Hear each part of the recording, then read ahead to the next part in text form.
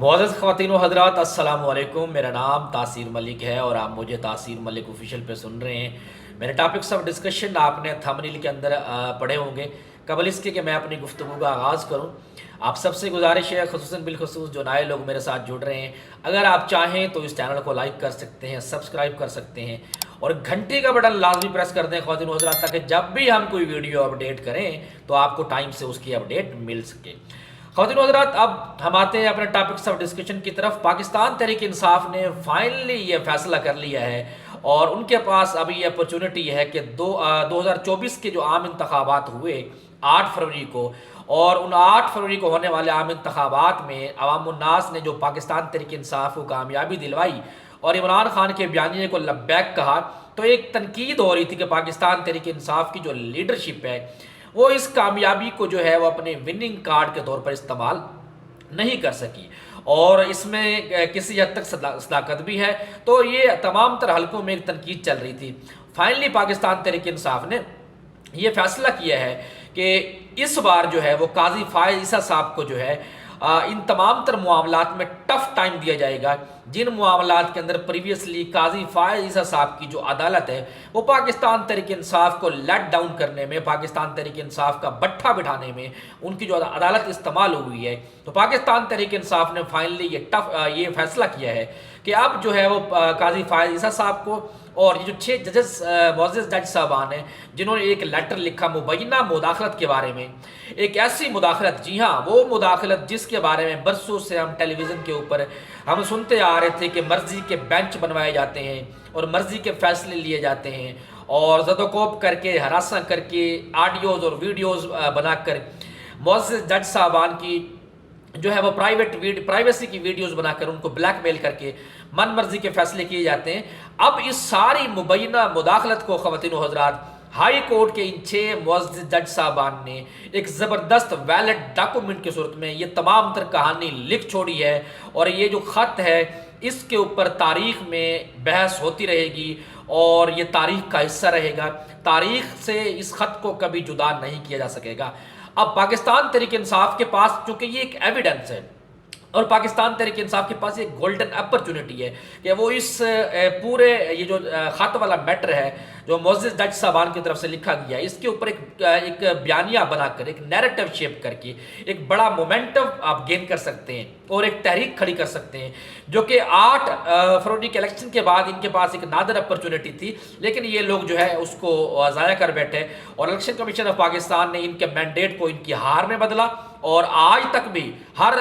5 سے 10 دن کے بعد پاکستان تحریک انصاف کی ایک سیٹ کم کر دی جاتی ہے اور یہ لوگ سکون سے بیٹھے رہتے ہیں۔ تو اب فائنلی پاکستان تحریک انصاف کی لیڈرشپ اٹھ کھڑی ہوئی ہے، کیونکہ خواتین و حضرات اس تمام تر مداخلت کی جو وکٹم ہے وہ پاکستان تحریک انصاف ہے۔ عمران خان صاحب کو 3 in a row وکٹم کروائی گئی، مطلب 3 لگاتار جو ہے وہ ان کو سزائیں سنوائی گئیں، اور بینچ فکسنگ کا جو الزام ہے کہ جسٹس عامر فاروق صاحب جو اپنی من مرضی کا بینچ بناتے رہے ہیں اور پاکستان تحریک انصاف کے اگینسٹ فیصلے سناتے رہے ہیں، تو پاکستان تحریک انصاف کی لیڈرشپ خاص طور پر رؤوف حسن صاحب نے بڑے سنگین قسم کے جو ہیں وہ ایلیگیشنز چارج کیے ہیں چیف جسٹس عامر فاروق صاحب کے اوپر، اور انہوں نے جو ہے عامر فاروق صاحب کو جو ہے اس سارے کھیل کا حصہ قرار دیا ہے۔ اب پاکستان تحریک انصاف کے سمیت جو ہر زبان زد عام ایک لفظ ہے وہ یہ ہے کہ اس خط کے اوپر جو جسٹس قاضی فائز عیسیٰ صاحب نے جو ہے جو ایک رکنی کمیشن ترتیب دینے کا کہا ہے، اور یہ جو ایک رکنی کمیشن ہے یہ ایک ریٹائرڈ جج کی صورت میں ہوگا، ایک ریٹائرڈ جج جو ہے اس کی تحقیقات کرے گا، گویا یہ تحقیقات حکومت اپنے خلاف، حکومت ہی اپنی انکوائری کرے گی، تو اس کا رزلٹ ہر زبان زد عام ایک ہی بات ہے کہ اس کا رزلٹ جو نکلنا ہے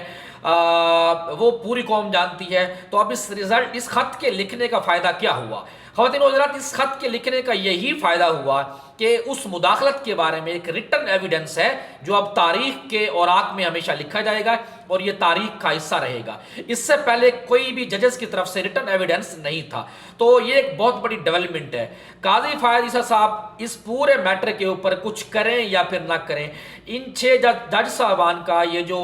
خط ہے یہ تاریخ کا حصہ رہے گا اور اس کے اوپر بات ہوتی رہے گی، اور اس کی اپنی اہمیت تاریخ کے اوراق میں ہمیشہ رہے گی۔ تو خواتین و حضرات، اب تاریخ یہ فیصلہ کرے گی کہ یہ ججز کتنے باکمال تھے، کتنے باکردار تھے، اور سپریم جوڈیشل کونسل کے اندر بیٹھے ہوئے لوگ کتنے باکردار اور کتنے باکمال تھے، اور یہ 6 معزز جج صاحبان کتنے باکردار اور باکمال تھے۔ تو تاریخ اس کا فیصلہ ضرور کرے گی۔ اب ہم آتے ہیں پاکستان کے اندر جو موروثی سیاست کا جن ہے وہ قابو میں ہی نہیں آ رہا۔ خواتین و حضرات، پاکستان کے اندر جو موروثی سیاست کے شکاری ہیں وہ کون لوگ ہیں آپ سب جانتے ہیں، اور شکار کون ہو رہے ہیں وہ پاکستانی قوم ہے۔ اور اس وقت موروثی سیاست کے شکاری ایک اور ڈیولپمنٹ جو ہوئی ہے وہ تازہ ترین یہ ہوئی ہے کہ آصفہ بھٹو زرداری صاحبہ بلا مقابلہ جو ہے وہ لاڑکانہ کی سیٹ سے منتخب ہوئی ہیں۔ کمال درجے کی سیاست ہے، کمال درجے کی موروثیت ہے کہ ایک ہی اسمبلی کے اندر آپ باپ بھی بیٹھا ہوا ہے، ایک ہی اسمبلی کے اندر بھائی بیٹھا ہوا ہے، ایک ہی اسمبلی کے اندر آپ بیٹی بیٹھی ہوئی ہے۔ اوپر ہم دیکھتے ہیں تو جناب شہباز شریف صاحب بیٹھے ہوئے ہیں، نیچے بیٹھا حمزہ شہباز شریف صاحب بیٹھا ہوا ہے، اور پنجاب کے اندر بھتیجی جناب جو ہے وہ مریم نواز شریف صاحب بیٹھی ہوئی ہیں۔ موروثی سیاست کا اگر آپ عالم دیکھتے ہیں تو جناب سمدی صاحب قائد محترم ہر دل عزیز شخصیت ہماری میاں محمد نواز شریف صاحب کے سمدی صاحب وزیر خارجہ ہیں، اسحاق ڈار صاحب پاکستان کے وزیر خارجہ ہیں، اور سی سی آئی کی کمیٹی کے اندر بھی ان کو اس وقت رکنیت مل گئی ہے۔ تو موروثی سیاست کی بھینٹ پاکستان چڑھا رہا ہمیشہ، اور آج بھی خواتین و حضرات پاکستان میں موروثی سیاست کے شکاری بیٹھے ہوئے ہیں، اور اس بار شکار ہوئے ہیں جناب لاڑکانہ کی عوام، جہاں پر کسی بھی دوسرے شخص کو جو ہے الیکشن کنٹیسٹ کرنے کی جرت تو ہوئی مختلف لوگوں میں، لیکن الیکشن کنٹیسٹ کرنے کی اجازت ہی نہیں دی گئی۔ تو کیا اس الیکشن کی لیجیٹیمیسی ہے، کیا اس الیکشن کی مورل ویلیو ہے؟ اور اگر میں بات کرتا ہوں کہ آصفہ بھٹو زرداری صاحبہ کی، تو مجھے ان کے اندر ایک ماں کی جھلک نظر آتی ہے، مجھے ان کے اندر ایک لیڈرشپ نظر آتی ہے۔ میں یہ سمجھتا ہوں کہ ان کی لیڈرشپ میں پاکستان پیپلز پارٹی آصف علی زرداری صاحب اور بلاول بھٹو زرداری صاحب کے مقابلے میں پیپلز پارٹی زیادہ ترقی کر سکتی تھی، لیکن یہاں پر شومی قسمت، بیڈ لک ٹو یو مس آصفہ بھٹو زرداری، آپ کو جو لیڈرشپ مہیا ہوئی ہے آپ اپنے باپ کی، اپنے دادا کی، انہوں نے آپ کے نانا کی سیاست کو دفن کیا ہے۔ آپ کے نانا کی سیاست کا جو محور تھا کہ طاقت کا سرچشمہ عوام ہے، اور بھٹو صاحب ایک عوامی لیڈر تھے، نو ڈاؤٹ۔ بھٹو صاحب نے ہمیشہ عوامی امنگوں کے لیے کام کیا، بھٹو صاحب عوامی امنگوں کے لیے جانے جاتے تھے۔ بھٹو صاحب جو ہے وہ ایک خوددار اور بڑے جسے کہتے ہیں کہ اصول پسند انسان تھے، اسی کی آپ نواسی ہیں، اور انہی کی سیاست کو آپ کے بابا جان نے جو نقصان پہنچایا جو کہ ناقابل تلافی ہے۔ آج پیپلز پارٹی جو ہے وہ سندھ کی انٹیریئر سندھ کی جماعت بن چکی ہے۔ پھر اسی اپنے باپ کی لیگیسی کو بلاول بھٹو زرداری صاحب نے کنٹینیو کیا، اور پی ڈی ایم 1 کی حکومت میں جناب آپ کے بھائی نے مسلم لیگ نون کا ساتھ دیا۔ آپ کی ماں کے اوپر جو کچھ کیچڑ اچھالتے رہے مسلم لیگ نواز والے، تمام تر غلطیاں، تمام تر یہ چیزیں معاف کر کے آپ کے بھائی پھر ان کے ساتھ مل بیٹھے۔ آج پی ڈی ایم 2 کی حکومت میں پھر آپ کے ابا حضور، پھر آپ کے جناب بھائی صاحب دوبارہ پی ڈی ایم 2 کی حکومت کا حصہ ہیں، اور آپ ان سے میں کہیں زیادہ بہتر ہو سکتی تھی، آپ کی لیڈرشپ ان سے کہیں زیادہ بہتر ہو سکتی تھی، لیکن وائے ناکامی متائے کارواں جاتا رہا، کارواں کے دل سے احساس زیاں جاتا رہا۔ آپ کے والد صاحب کی سیاست کی وجہ سے آج آپ بھی آصفہ بھٹو زرداری صاحبہ سے میں کہنا چاہتا ہوں کہ آصفہ بھٹو زرداری صاحبہ آج آپ بھی اپنی مورل ویلیو کھو بیٹھی ہیں، آج آپ بھی اپنی لیڈرشپ کے اوپر یہ ٹیگ لگوا بیٹھی ہیں کہ آپ بھی اسی موروثی سیاست کا حصہ ہیں۔ آپ ایک ایسا الیکشن جیت کر آ رہی ہیں جس کی کوئی لیجیٹیمیسی نہیں ہے، جس کی کوئی قانونی اور آئینی حیثیت نہیں ہے، جس کی کوئی اخلاقی حیثیت نہیں ہے۔ آپ نے اپنے مقابلے کے اندر کسی بھی شخص کو یہ موقع ہی نہیں دیا کہ آپ کے اگینسٹ کھڑا ہو سکے اور الیکشن کنٹیسٹ کر سکے۔ اللہ کے بندو، کوئی اپنا ہی بندہ کھڑا کر لیتے اور دنیا کو ایک اخلاقی طور پر ایک پیغام دیتے کہ دیکھیں یار ہمارے مقابلے میں بہت سارے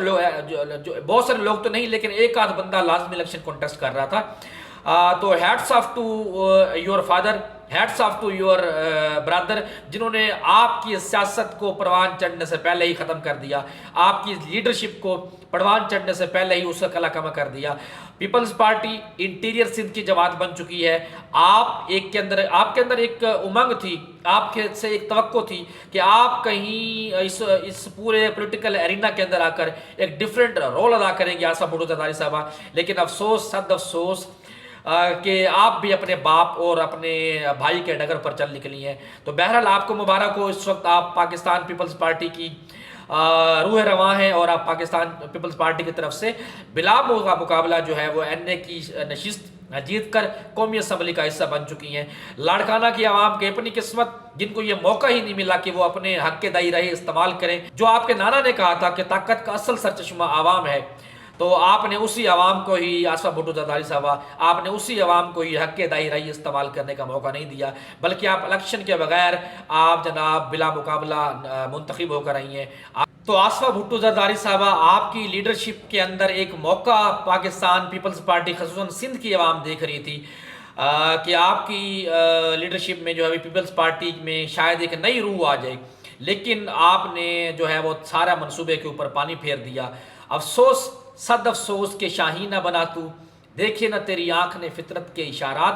تقدیر کے قاضی کا یہ فتویٰ ہے ازل سے، ہے جرم ضعیفی کی سزا مر کے مفاجات. آپ کا پورا خاندان بھی اگر آ جائے اس میں،